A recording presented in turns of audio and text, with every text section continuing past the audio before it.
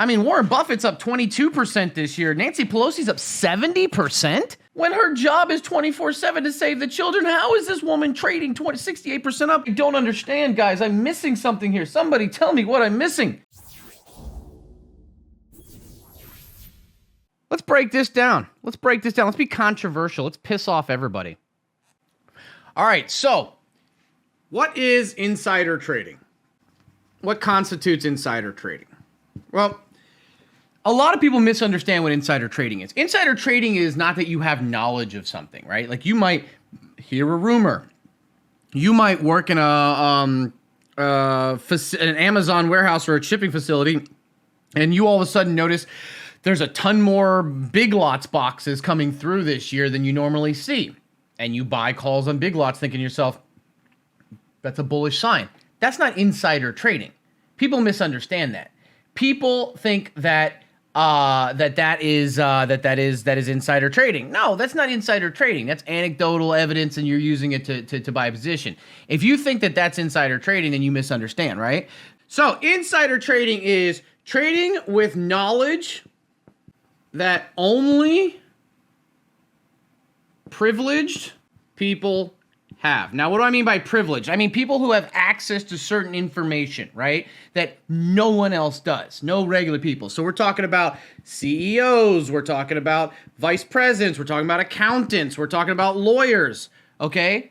Or the janitor. Even if the janitor happened to stumble in to clean up a conference room and he saw a PowerPoint up and it had the fucking financial numbers that they were releasing the next day, that is information that he has, or she, that no one else does.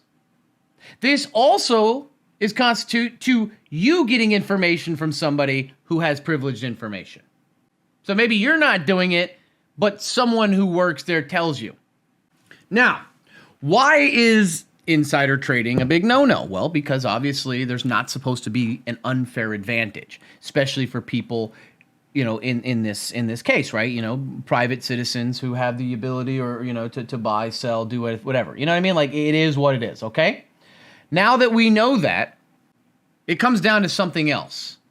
And that is what you know versus what you can prove when it comes to getting people, right? Because you'll probably say to yourself, well, shouldn't that person's family member not be able to trade stocks because they're related to the person?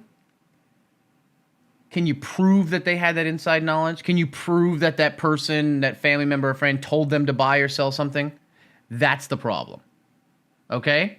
Now that we know that, let's move on to what this has to do with the article this morning. Now, Welcome, Hazareth 1,979 very few people have to been the Bear Gallery. convicted of insider trading, considering how much insider trading actually goes on. One of the most famous in my lifetime was Martha Stewart, and the reason is she's one of the few people that have actually gone to prison for this. Okay, she's one of the few people that go to prison, and it doesn't matter. She still became a billionaire, anyways. Most of the time, insider traders don't get caught. Why? Because they don't leave a paper trail, or they don't talk about it, or they don't snitch on themselves, or they don't make the position too much. I mean, there's a lot of people that have famously, it happened, it went away. These people are getting insider knowledge from other individuals, whether it's the CEO of the company, that's their friend or brother, or the accountant, or it's the lawyer or whatever, right? That's how they're getting it. Now, insider information is not, you know, your real estate agent friend who was selling houses like hotcakes who now comes to you and says, hey man, bro, I haven't sold a house in 2 weeks. This is crazy. And you short the housing market, right? Which is dumb to do, but let's just say that happens, right? Or my clients can't get mortgage increases or whatever. As long as that guy doesn't work for that company, that's not insider knowledge. But if your buddy who works at AIG says, hey man, just so you know, we had our company meeting, or we had our finance, you know, quarterly review, and bro, we're eating some losses, man. We're eating some losses. right? Or if your wife happens to work for a major, is an engineer and product owner for a developer for a major communication company, and they find out that a certain credit card company had a massive hack and is doing everything they can right now to make sure that it doesn't get out because of the cybersecurity issues, and you take a put position on that, that would be considered potentially insider information. Who makes these laws, anybody? Anybody know who makes these laws? That's right, Congress, ladies and gentlemen. For those who are unaware, right before COVID, there was a committee in the House, okay? And they went into a private meeting, and this was in January of 2020. And they were told of the severity of COVID and how fast it was going to travel, what the potential, outcomes were, downfalls, what could happen to the economy. That committee then left that meeting and sold their shares, or just say stocks. A week later, stock market dropped 25%. Everyone knew about it. Nothing happened. It's not what you know, it's what you can prove. Number one. And number two, who makes those laws? So people were up in arms about it. Then it went away. All kinds of stuff. And then, all of a sudden, us degens, us retail traders, idiots, and whatever you want to call us, found out that Nancy Pelosi, not herself, but her husband, took millions of dollars in calls. Not too far from an upcoming vote for spending and money that was going to go bail out a lot of big corporations. The man made millions and millions and millions of dollars when that vote came in and the market jumped. It was a vote for, benefits and money pumping into the markets. Nancy Pelosi has also significantly been making large trades that have made a lot of money. I mean, look at Roblox, for example. Why would Nancy Pelosi buy into fucking Roblox? But hey, it paid for a new house in Florida, right? So, now that we know this, the degens out there have been watching this and decided, get ready for the tinfoil hat. Is everybody ready for the tinfoil hat? Okay. Decided they were going to start tracking Nancy Pelosi and her husband's trading. Why? Because they just happen to be good. I mean, Warren Buffett's up 22% this year. Nancy Pelosi's up 70%? How is the woman who is the Speaker of the House of Representatives, who's 24/7 working for the children? Think of the children and the people. I've got 24/7. I'm going to save the American people and the economy. How is she up 68%? When her job is 24/7 to save the children, how is this woman trading 68% up when Warren Buffett is up 22% this year? Somebody tell me. It doesn't work. In my mind, I don't understand, guys. I'm missing something here. Somebody tell me what I'm missing. So what did they do? They decided to go on Twitter and do a Pelosi trades tracker. This is why I tweeted out when the market was dying a couple weeks ago. I said, if Pelosi's still in, I'm still in. Now, it started out as tracking the trades, turned into a meme and a bunch of fucking shilling, because every time somebody gets some followers, they want to monetize it. Whatever. But fun fact, when Jack Dorsey stepped down and the new CEO took over, they started saying a bunch of making up changes. One of the first things they did was wipe out all the different accounts that were tracking congressional trades, not just Pelosi, but others. Pretty interesting. And then today's news. Now that this has gained steam and gained steam and gained steam and gained steam and everybody knows about it and everything like that, Pelosi's finding some heat. They're saying, hey, shouldn't you guys not be allowed to trade stocks? Like, you guys have the information. You guys are in charge of decisions that affect the banks and the monetary system and specific companies. You're lobbied by these companies, yet you're allowed to buy into stocks. You know, you have insider information. You shouldn't be allowed to do it. And Miss Nancy Pelosi, I'm for the American people. We have to take care of our poor and our middle class. We have to take care of the children. We have to think about them. We have to make it fair. We have to stop allowing these other people to be corrupt. Was told, don't you think you shouldn't be allowed to trade stocks? And her answer was, I think we should. It's a free market after all. Her exact quote was, quote, lawmakers should be able to participate in a free market economy. And the last little bit is just in case you guys are saying to yourself, Stocky, you're being very politically charged. You're going after the Democrats because Hassan's not here. No, that's not what I'm doing. She's the Speaker of the fucking House, and she's famous for doing this. Everyone is it. And you think I'm going after one person or the other? No. Welcome, Nick Bob 30 to because the just so you are aware, the Stock Act that's supposed to prevent lawmakers from insider trading. Insider just did a recent investigation, very, very preliminary investigation, and they found that 49 members of Congress on both sides, okay, violated the law, and that was the preliminary. And do you know how many of them got in trouble?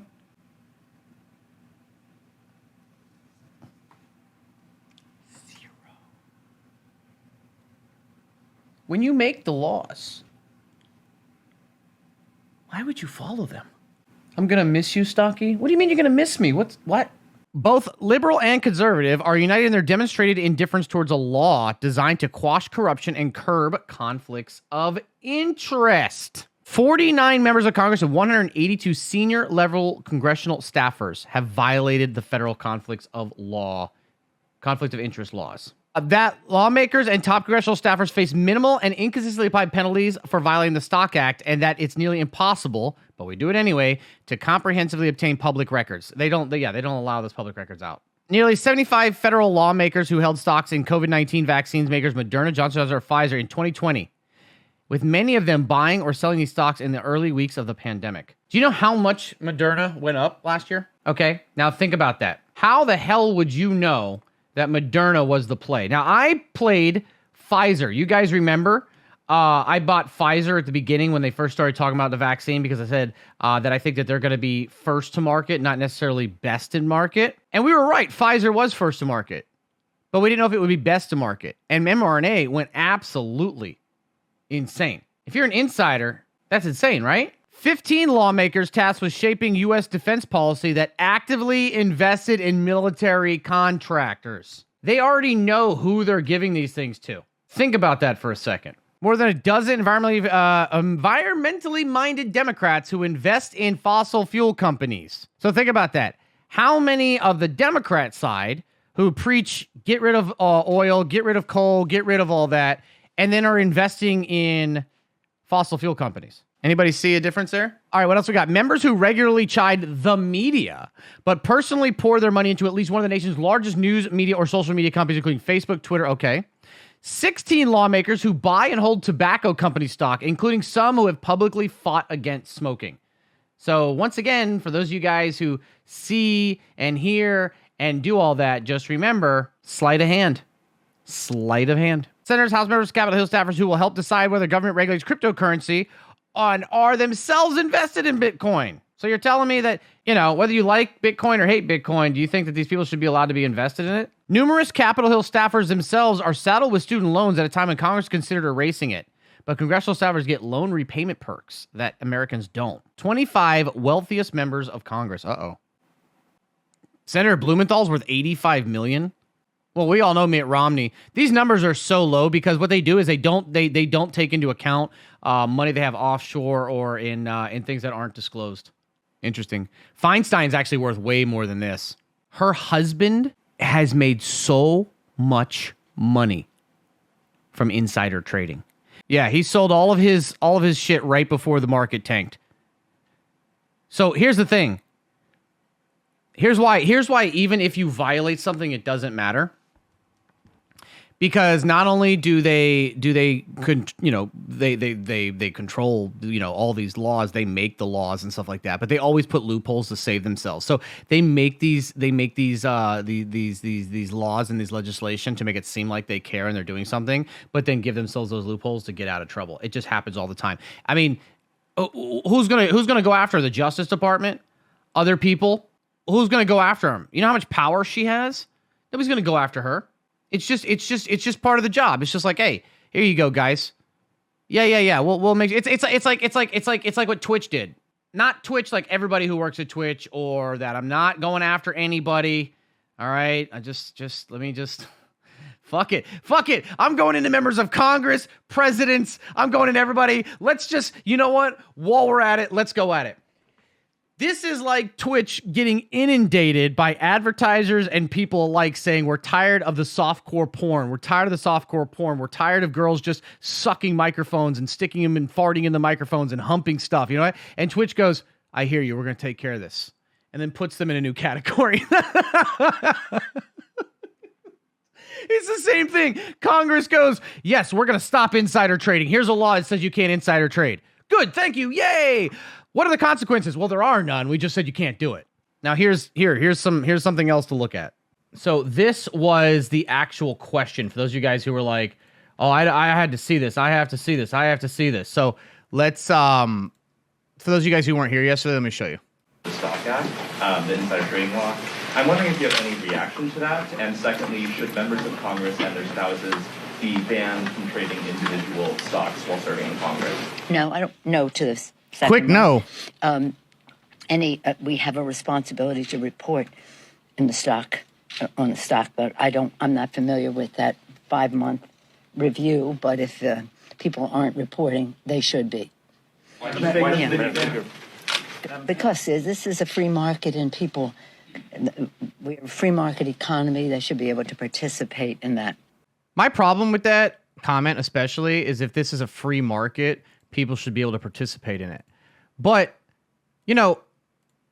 if you work for a firm, you know somebody who works for a firm, you're related to somebody who works for a hedge fund or whatever, you're banned from doing almost any types of trading, especially plus any short-term trades.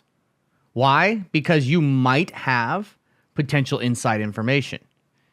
These people, these Congress people, make the fucking laws that affect the stock market, and they're allowed to do it. It's insane. So either let hedge funds who actually have the less information than you and their families trade if it's really a free market, or you don't do it. That's why I don't get these. Like, it just doesn't make any sense. And if they don't disclose it, nothing happens. And if they do it so, further down the line. I mean, it's like, and I know that this is just beating a dead horse at this point. But I don't know. I mean, they you should have seen what her husband, what some of the trades her and her husband did. Pelosi her and her husband have their own firm, right? Their own capital firm. I mean, that's what's crazy. Like, not only does she do it, but they have their own firm. Of course. And did you see how quickly she said no? I'll give you an idea. Her and her husband bought NVDA shares and call options, millions of dollars worth, about a month before the ARM acquisition, which was which had to get the go-ahead from regulators. Regulators had to approve the Salesforce purchase of Slack. Her husband bought a huge position in Slack before they agreed to be bought out by Salesforce.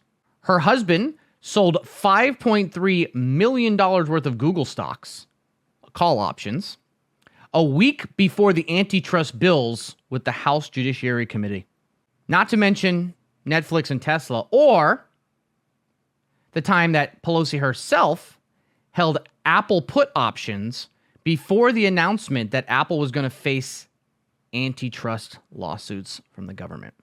Imagine that kind of timing. And you guys think I'm lucky. Do you want to know how you fix political systems? Well, besides getting rid of people, because every political system is corruptible. Everyone who thinks whatever political system they're talking about, whether it's socialists looking at capitalists, capitalists looking at communists, communists looking at, doesn't matter.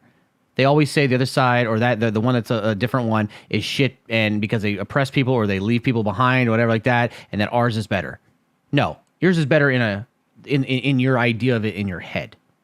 But what you always forget is the human element. Humans are shit, and in every society, it's run by humans, and humans are corruptible. It's crazy. The only way to make our current political system better is to do two things: get money out of politics, and by that I mean allowing people to trade stocks, allowing lobbyists, allowing corporate donors, and term limits. That's how you get... You're never going to get rid of all corruption, but that's how you make people actually serve the people. But the problem is the only people that can write the laws to make it to where the politicians can't, have term limits and can't have money are the politicians who get to stay in Congress for 30 years and make millions and millions and millions of dollars. And then people always say, well, boomers are ruining America.